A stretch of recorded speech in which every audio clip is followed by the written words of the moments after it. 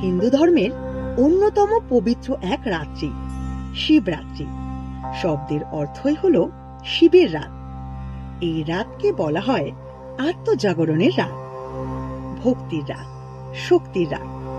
পুরাণ মতে এই রাতেই ভগবান শিব ও দেবী পার্বতীর বিবাহ সম্পূর্ণ হয়। কিন্তু তাদের বিয়ের গল্পটা খুব সহজ ছিল না। দেবী পার্বতী ছিলেন হিমালয় রাজা হিমবানের কন্যা। তিনি ছিলেন আদ্যাশক্তির অবতার। আগের জন্মে তিনি সতী ছিলেন, শিবের স্ত্রী।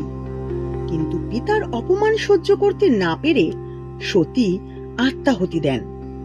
তারপর পুনর্জন্ম নেন পার্বতী রূপে, শুধু শিবকে আবার স্বামী রূপে পাওয়ার জন্য।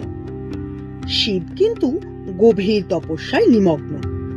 সংসার, রাজ্য, ঐশ্বর্য কিছুই তার কাছে গুরুত্বপূর্ণ নয়। পার্বতীও কঠোর তপস্যা শুরু করলেন।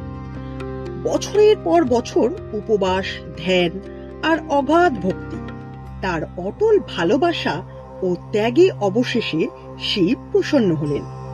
মহাশিবরাত্রি এই পবিত্র রাতেই শিব পার্বতীকে বিয়ে করেন।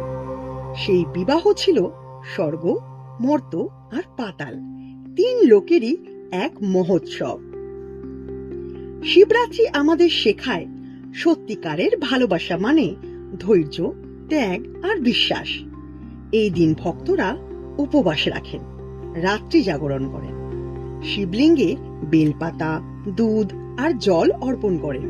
বিশ্বাস করা হয় এই রাতে ভক্তি ভরে প্রার্থনা করলে মহাদেব সব ইচ্ছা পূরণ করেন। মহাশিবরাত্রি শুধু একটি উৎসব নয়, এটা আত্মাশুদ্ধির এক সুযোগ, নিজের ভেতরের অন্ধকার দূর করে আলোকের পথে এগিয়ে যাওয়ার এক পবিত্র আহ্বান।